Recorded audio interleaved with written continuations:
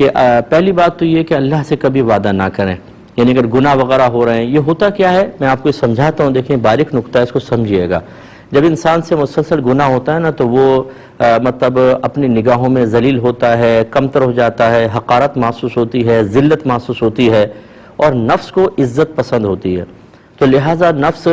جب بار بار آپ خود کو انسان ذلیل محسوس کرتا ہے تو نفس کو ہوتی ہے تکلیف، تو وہ اس ذلت کو عزت میں بدلنے کے لیے اور اس کیفیت سے باہر نکلنے کے لیے کوئی نہ کوئی مشورہ دیتا ہے، جس میں سے ایک مشورہ یہ بھی ہے کہ وہ کہتا ہے تم اللہ سے وعدہ کیوں نہیں کر لیتے؟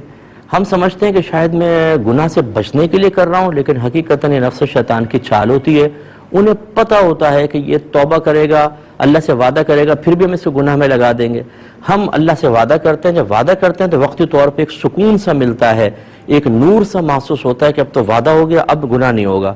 اب پہلے تو شیطان نفس پیچھے ہٹ جائیں گے، جب آپ یہ کر لیں گے اچھا اس سے شیطان نفس کو مزہ بھی آئے گا، اس کے بعد پھر وہ اپنی پرانی جبلت اور فطرت پہ لوٹتا ہے اور پھر ہم سے گناہ کرواتا ہے۔ اور جب انسان وعدہ کر کے وعدہ توڑ کر گناہ کرتا ہے تو پہلے سے کہیں زیادہ اس کے نفس، اس کے دماغ پر، اس کی طبیعت پر اور اس کے اعضاء پر برے اثرات مرتب ہوتے ہیں، انسان اور زیادہ ذلت اور پسپائی میں چلا جاتا ہے۔ پہلی بات تو یاد رکھیں اللہ سے وعدہ نہیں کیجیے گا۔ دوسری بات یہ ہے کہ آپ اللہ کی بارگاہ میں کامل توبہ کریں۔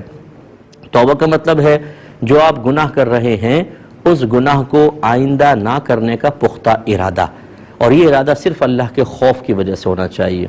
جب آپ یہ پختہ ارادہ کریں گے تو وعدہ خداوندی پر یقین رکھیے، وعدہ رسول پر، خبر رسول پر اعتماد رکھیں کہ میرے آقا صلی اللہ علیہ وسلم نے ارشاد فرمایا التائب من الذنب کمن لا ذنب لہ، اپنے گناہ سے توبہ کرنے والا ایسا ہے جیسے اس نے گناہ کیا ہی نہیں ہے۔ ایک روایت میں میرے آقا صلی اللہ علیہ وسلم نے ارشاد فرمایا جو اپنے گناہ سے توبہ کر لے تو وہ گناہوں سے ایسا پاک و صاف ہو جاتا ہے جیسے آج ہی اپنی ماں کے پیٹ سے پیدا ہوا ہے۔ تو توبہ کرنے کا فائدہ کیا ہے؟ یعنی ندامت، شرمندگی کے ساتھ آئندہ یہ گناہ نہ کرنے کا پختہ ارادہ، اور صرف اللہ کے خوف کی وجہ سے آپ کے پچھلے سارے گناہ بخشے جائیں گے۔ اب آپ جب گناہ بخشے گئے تو آپ کے اندر نور پیدا ہوگا، اعتماد پیدا ہوگا۔ آئندہ سے بچنے کی کوشش کیجئے، کبھی بھی توبہ نہ چھوڑیں لیکن وعدہ نہ کریں۔ اور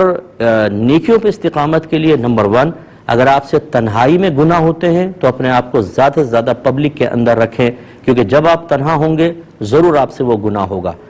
اور پبلک کے اندر رہیں، اس وقت آپ بستر پہ آئیں جب آپ یہ اپنے روم میں جائیں کہ جب بالکل نیند کا غلبہ ہو، گریں بستر پہ اور سو جائیں۔ یہ آپ کو لڑنا پڑے گا اپنے ساتھ، لڑے بغیر کچھ نہیں ہو سکتا ورنہ نفس و شیطان ایمان تک تباہ کروا دیں گے۔ ایسی اچھی صحبت کے اندر رہیں، نیک لوگوں کے ساتھ رہیں، نعتیں اکثر سنتے رہا کریں، اچھے اصلاحی بیانات، یہ جیسے ہمارے پروگرام ہے یوٹیوب کے اوپر آپ کو بہت ساری کلپس مل جائیں گی، ان کو آپ سنیں تو یہ باتیں ذہن میں گھومتی رہتی ہیں، گردش کرتی ہیں، اور ان کی پاکیزگی کی وجہ سے گندگی نکل جاتی ہے۔ ایک برتن میں تو گندا پانی رہے گا یا دودھ رہے گا، یعنی گندا پانی آپ دودھ ڈالتے ہیں حتیٰ کہ ایک وقت آئے گا گندا پانی نکل جائے گا، دودھ ہی دودھ ہو جائے گا، یا دودھ ہے آپ گندا پانی ڈالیں ایک وقت آئے گا کہ دودھ نکل جائے گا، گندا پانی ہوگا۔ یہ اب ذہن ایک برتن کی طرح ہے، اس میں اچھی چیزیں اتنی بھر لیں کہ گندگی کو داخل ہونے کی ضرورت ہی جگہ ہی نہ ملے، تو انشاءاللہ آپ محفوظ رہیں گے۔ کر کے دیکھیے، اللہ تعالیٰ بڑی برکت دے گا۔ موت کو یاد کیا کریں، قبرستان چلے جائیں، ایمرجنسی وارڈز میں جائیں، میں اکثر یہ مشورہ دیتا ہوں، ہاسپٹلز میں جائیں جہاں پر مریض آخری عمر کے حصے گزار رہے ہیں اور سسکیاں بھر رہے ہیں اور زندہ اور صحت مند لوگوں کو حسرت کی نگاہوں سے دیکھ رہے ہیں، ان کو جا کر دیکھیں تو پھر گناہ سے دل اچاٹ ہونا شروع ہو جائے گا، اللہ تعالیٰ برکت سے نوازے گا۔